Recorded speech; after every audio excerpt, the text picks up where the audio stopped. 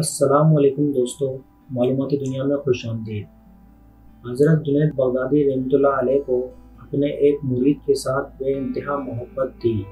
اور اس کی وجہ یہ تھی کہ وہ مرید بہت متقی، پرہیزگار اور انتہائی مؤدب تھا۔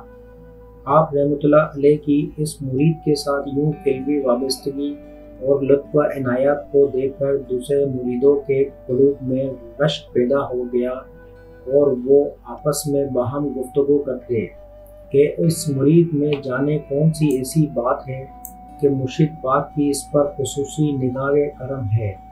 اور وہ اپنے فضل و لطف و عنایات سے اسے نوازتے رہتے ہیں، جبکہ ہمارے حال پر ایسی توجہ نہیں دیتے۔ آپ رحمۃ اللہ علیہ کو جب اپنے مریدوں کی اس قلبی کیفیت کا علم ہوا تو آپ رحمۃ اللہ علیہ نے تمام مریدوں کو بلایا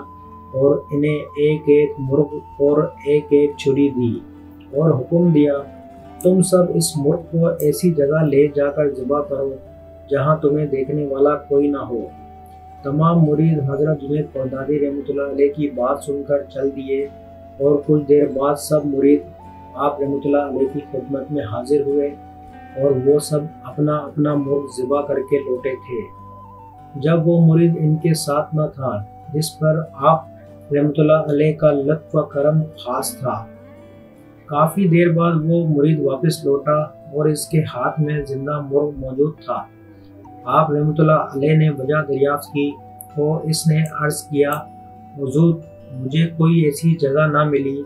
جہاں مجھے دیکھنے والا کوئی نہ ہو، اور میں جس جگہ بھی گیا میں نے اللہ عز و جل کو وہاں موجود پایا، لہٰذا میں مرغ ذبح کیے بغیر واپس لوٹ آیا ہوں۔ اس مرید کی بات سن کر باقی تمام مرید لاجواب ہو گئے، اور ان کے دل میں اپنے اس بھائی کے لیے جو حسد موجود تھا وہ ختم ہو گیا۔